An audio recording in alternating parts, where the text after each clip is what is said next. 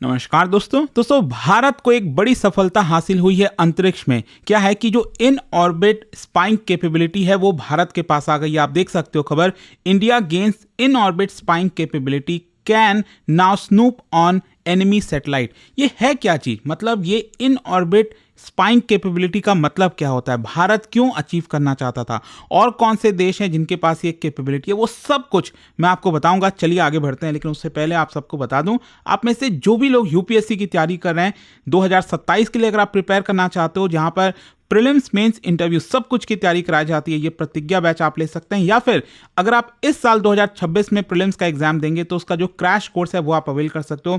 सभी का link comment section में दिया हुआ है, आपको यूज करना है बस ये कोड अंकित लाइव मैक्सिमम डिस्काउंट के लिए। और ये फोन नंबर है, कोई भी डाउट है, प्रॉब्लम है, इस पर कॉल करिए, मेरी टीम आपको अच्छे से गाइड कर देगी।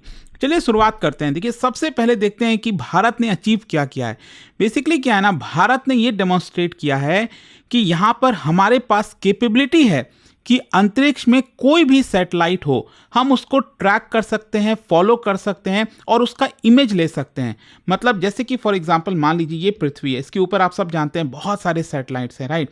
नॉर्मली सैटेलाइट का काम क्या होता है, सैटेलाइट जो है वो पृथ्वी पर निगरानी रखता है, कम्युनिकेशन के लिए, बहुत सारी चीज़ों के लिए इस्तेमाल किया जाता है।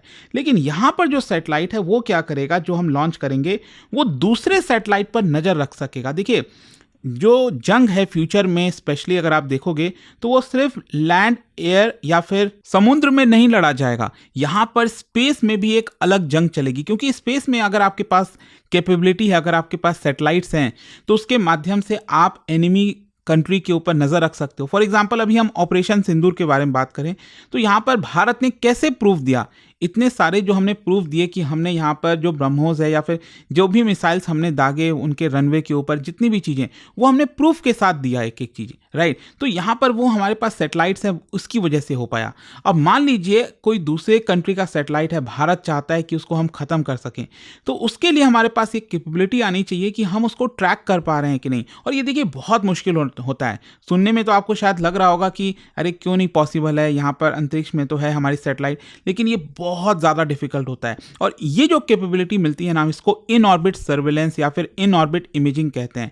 अभी तक अगर आप देखोगे तो भारत अगर किसी एनिमी कंट्री या किसी भी फॉरेन कंट्री के सैटेलाइट को अगर नज़र रखना है तो हम ग्राउंड लेवल से करते थे। मतलब ग्राउंड लेवल पर जो हमारे पास टेक्नोलॉजी थी, जो भी कुछ था यहाँ पर, उसके थ्रू हम ऊपर की तरफ नज़र रखते थे। लेकिन उसमें बहुत सारे इश्यूज थे, प्रॉब्लम थे, जो अगेन मैं आपको आगे बताऊंगा। तो यहाँ पर अब क्या है ना कि ये जो सैटेलाइट है, फॉर एग्जाम्पल अगर हम बात करें दो सैटेलाइट, एक मान लो सैटेलाइट ऊपर है, इधर की तरफ है, एक हमारा सैटेलाइट है यहाँ पर नीचे, ठीक है। नॉर्मली सैटेलाइट क्या होता है, वो नीचे की तरफ देखता है, ठीक है।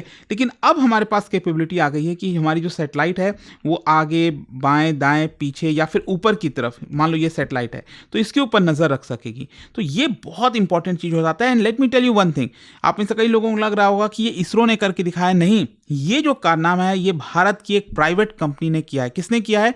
अजिस्ता इंडस्ट्रीज प्राइवेट लिमिटेड। और कौन से सैटेलाइट के through? AFR, advanced field recognition satellite के थ्रू। ये जो सैटेलाइट था, इसकी मास था, इसका वेट था 80 किलो। ये लो अर्थ ऑर्बिट पर सैटेलाइट था और ये सैटेलाइट काफी पहले लॉन्च किया गया था, लेकिन ये जो एक्सपेरिमेंट है वो 3 फरवरी को करके दिखाया गया। अगर आप देखोगे यहाँ पर ये 3 फरवरी डेट है और ये फोटोज रिलीज किए गए। मैं आपको बताऊं, ये जो फोटोज आप देख रहे हो ना, ये इंटरनेशनल स्पेस स्टेशन का है। जी हाँ, उसके इमेज को लिया गया है। तो टारगेट वही था।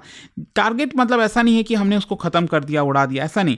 नॉर्मली आपने देखा होगा जब भी हम मिसाइल वगैरह टेस्ट करते हैं कुछ भी, तो एक टारगेट होता है ना हवा में, या फिर कोई भी अगर ड्रोन वगैरह हम टेस्ट करते हैं, कुछ भी करते हैं, टारगेट होता है ताकि हम उसको खत्म कर पा रहे हैं कि नहीं, राइट। सेम उसी प्रकार से इसको टेस्ट करने के लिए ये कंपनी ने ISS इंटरनेशनल स्पेस स्टेशन को टारगेट बनाया था। मतलब जस्ट एक ऑब्जेक्ट की तरह, ताकि हम उसको ट्रैक कर पाएं कि नहीं। और इंटरनेशनल स्पेस स्टेशन तो आप सब जानते हैं बहुत ज़्यादा बड़ा होता है, ब्राइट है, पृथ्वी से भी कई बार दिख जाता है, वेल ट्रैक्ड होता है, ये नॉन हॉस्टाइल है, 7.6 किलोमीटर पर सेकेंड के रफ्तार से चलता है, राइट। तो ISS को टारगेट हमने बनाया और यहाँ पर उसका प्रॉपर जो इमेज है वो हमने लिया है।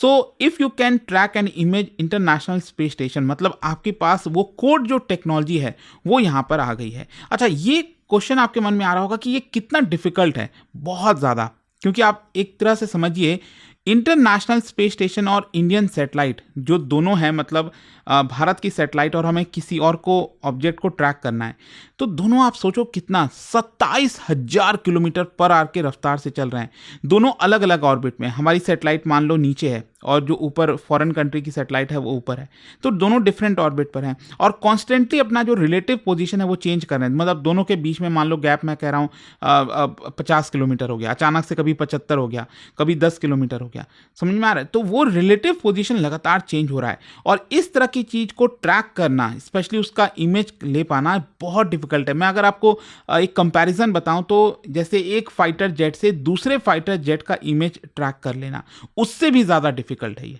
ठीक है। तो ये चीज़ हुआ। अच्छा, ये प्रिसीजन ट्रैकिंग चैलेंज क्यों था? देखो, ये जो इमेज हमने लिया है इंटरनेशनल स्पेस स्टेशन का, the satellite must predict the international space orbit precisely. ये इमेज जो मैंने आपको दिखाया, इसको लेने के लिए हमारी सैटेलाइट्स के पास कैपेबिलिटी होनी चाहिए कि बहुत प्रिसाइज तरीके से वो एक उसके ट्रैक को मॉनिटर कर पाए, वो कौन से ऑर्बिट में है, कहाँ पर है, उसको मॉनिटर कर पाए, और जो कैमरा है वो एग्जैक्टली उसी की तरफ एक्यूरेटली पॉइंट आउट कर पाए और यहाँ पर अपने आप को स्टेबलाइज करे। क्योंकि आप देखो, नॉर्मली आप फोन से फोटो खींचते हो तो क्या होता है, हल्का भी हिल जाता है तो ब्लर इमेज आ जाती है। नॉट जस्ट इमेजिन, इतने हजारों किलोमीटर की रफ्तार से ये सैटेलाइट दौड़ रहे हैं और उसमें आपको उसका इमेज खींचना, सोचिए विद इन सेकेंड्स आपको करना होता है।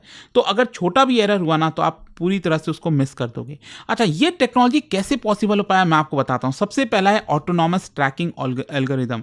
मतलब जो सैटेलाइट्स हैं उसमें ही यहां पर सॉफ्टवेयर हमने लगाया। मतलब ये जो प्राइवेट कंपनी है उसने सॉफ्टवेयर उसके अंदर इंस्टॉल किया। तो ऐसा नहीं है कि ग्राउंड से कमांड दिया जा रहा है। अगर हम पृथ्वी से उस सैटेलाइट को कमांड देंगे कि कैमरा ऊपर की तरफ करो, दाएं करो, तब तो बहुत देर हो जाएगी ना। मतलब उसको कमांड देने में, पहुंचने में बहुत गैप आ जाएगा। तो that is why real time control जो है वो आपका पृथ्वी से स्लो होता है। दैट मीन्स कि ये जो टेक्नोलॉजी है वो कहीं ना कहीं एआई एनेबल्ड है। मतलब एआई के थ्रू इस्तेमाल किया जा रहा है, ऑटोनॉमस स्पेस ऑपरेशंस के थ्रू किया जा रहा है। साथ ही साथ यहाँ पर एटीट्यूड कंट्रोल और पॉइंटिंग एक्यूरेसी को भी समझना है। सैटेलाइट को रोटेट करना होगा, ओरिएंट करना होगा बहुत प्रिसाइज तरीके से। रिएक्शन जो व्हील्स हैं, जो स्टार ट्रैकर्स हैं, उसका इस्तेमाल करना होगा। तो ये जो टेक्नोलॉजी है बेसिकली इट्स आइडेंटिकल टू, आप समझिए, जो सैटेलाइट इंस्पेक्शन हो गया, एंटी सैटेलाइट मिशन हो गया। कई बार आपने देखा होगा ना, एंटी सैटेलाइट मिशन मतलब हम दूसरे फॉरेन कंट्री के, एनिमी कंट्री के सैटेलाइट को खत्म करना चाहते हैं, तो उसमें ये बहुत ज़्यादा हेल्पफुल होने वाला है।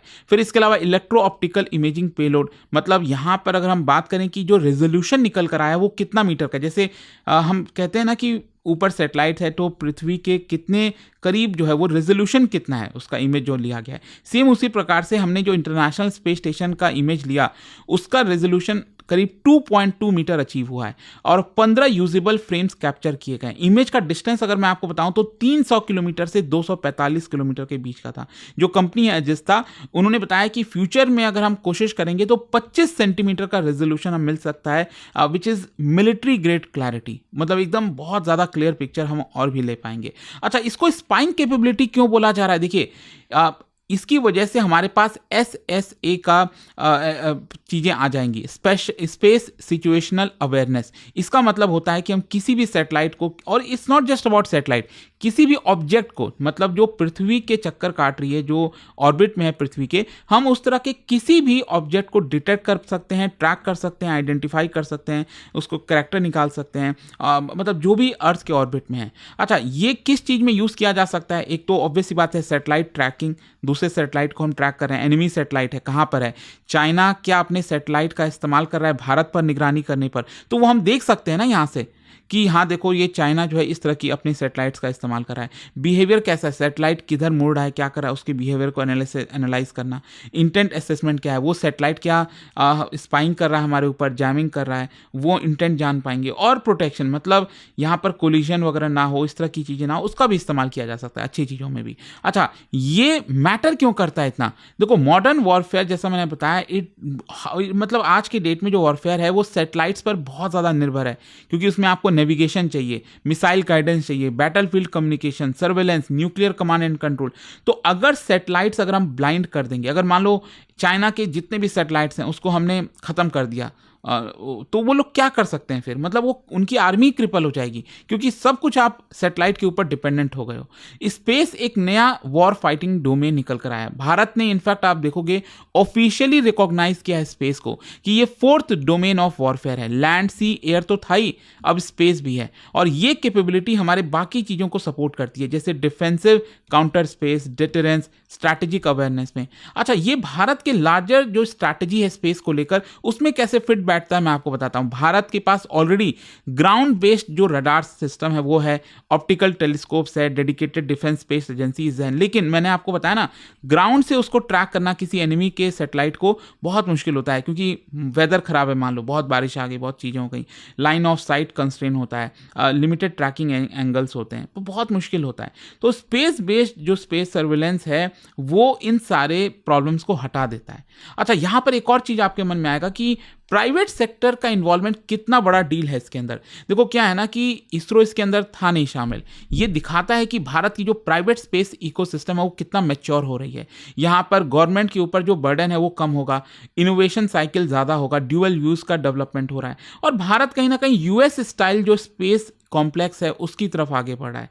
जैसे गवर्नमेंट अपनी स्ट्रैटेजी को सेट करेगी और प्राइवेट प्लेयर्स अपने टेक्नोलॉजी को डिलीवर करेंगे। तो ये टेक्नोलॉजी का खेल है जो प्राइवेट कंपनी ने डिलीवर किया है। और ग्लोबल कॉन्टेक्स्ट में मैं आपको बता दूं, यूएसए, चाइना, रशिया, इनके पास ये कैपेबिलिटी है। स्पेशली मैं चाइना की बात करूं तो उन्होंने तो पता, वो तो बहुत आगे निकल चुके हैं। उन्होंने डेमोन्स्ट्रेट किया, जैसे सैटेलाइट रेंडवू हो गया, सैटेलाइट ग्रैपलिंग हो गया, क्लोज प्रॉक्सिमिटी ऑपरेशंस हो गए, मतलब अलग अलग प्रकार की। ये तो अभी हमारी भारत ने जो शुरुआत किया है ना, चाइना हमसे काफ़ी आगे निकल चुका है। सो भारत अब चुप नहीं रह सकता था, भारत पीछे नहीं रह सकता था इस तरह की कैपेबिलिटी में। तो इसीलिए हमें भी ये करके दिखाना था। अच्छा, फ्यूचर में इसका क्या इस्तेमाल हो सकेगा? तो बहुत सारी चीज़ें हैं। ऐसा नहीं है कि सिर्फ दूसरे सैटेलाइट को मारना ही एक मकसद है। यहाँ पर जैसे मान लो हमारा कोई दूसरा सैटेलाइट है, ठीक है, नाविक हो गया, तो मान लो उसको कुछ डैमेज हुआ है, तो वो हम इमेज कैप्चर करके पता लगा सकेंगे कि उसमें क्या प्रॉब्लम आई है, क्या दिक्कत आई है। फिर एनिमी सैटेलाइट का कैरेक्टराइजेशन, तो जैसा मैंने आपको बताया, मिसाइल डिफेंस सपोर्ट में काम आएगा, एंटी सैटेलाइट डिटरेंस में काम आएगा, बहुत सारी चीज़ें हैं। तो आई होप कि ये जो कल बड़ी खबर आई थी जो भारत ने अचीव किया है वो आपको समझ में आया होगा। और जाने से पहले एक बहुत ही इंटरेस्टिंग क्वेश्चन, क्या बता सकते हो कि ऑप्टिकल सैटेलाइट्स के मुकाबले जो रीसैट होता है, रडार इमेजिंग सैटेलाइट्स, उसके क्या एडवांटेज हैं, ये आपको यहाँ पर बताना है। और उसका जो राइट आंसर है आप सब जानते हैं, मेरे इंस्टाग्राम पर तो मिलेगा ही, वहाँ पर अगर आप नहीं हो कोई बात नहीं, टेलीग्राम से ले सकते हैं इसका सही उत्तर। और दोस्तों, जैसा मैंने आपको बताया, अगर आप यूपीएससी की तैयारी कर रहे हैं 2027 हो 2026, कोई भी बैच लेना चाहते हैं, सभी के लिंक कमेंट सेक्शन में दिए हुए हैं। यूज़ करिए कोड अंकित लाइव मैक्सिमम डिस्काउंट के लिए। और ये फ़ोन नंबर है, कोई भी ऑफर, कोई भी बैच से रिलेटेड जानकारी, कुछ भी चाहिए, फ़ोन नंबर पर कॉल करिए, मेरी टीम आपको अच्छे से गाइड कर देगी। दोस्तों, यूपीएससी का गोल बड़ा होता है और इस जर्नी में सही गाइडेंस और मेंटरशिप बहुत जरूरी होती है। इसलिए स्टडी IQ IAS लेकर आया है आपके लिए यूपीएससी 2027 की कंप्लीट फाउंडेशन प्रिपरेशन एक स्ट्रॉन्ग और स्ट्रक्चर्ड अप्रोच के साथ। हमारा फाउंडेशन कोर्स 3 लैंग्वेजेस में अवेलेबल है, इंग्लिश, हिंदी और इंग्लिश। अब आप अपनी पसंद की लैंग्वेज में तैयारी शुरू कर सकते हैं, same syllabus, same expert faculties और सेम क्वालिटी गाइडेंस के साथ।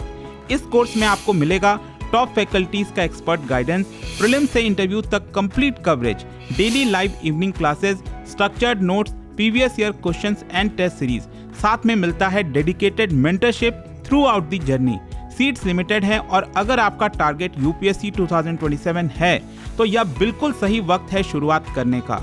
बस स्टडी IQ ऐप खोलो, P2I बैच सर्च करो, यूज करो code Ankit live ANKITLIVE for maximum discount और अपना एनरोलमेंट कंप्लीट करो। अभी भी कोई डाउट है तो इस नंबर पर कॉल करिए 092400233293। याद रखिए, यूपीएससी की जर्नी वही जीतता है जो सही प्लानिंग के साथ सही वक्त पर शुरुआत करता है। स्टडी IQ IAS, आपका सिलेक्शन हमारा मिशन।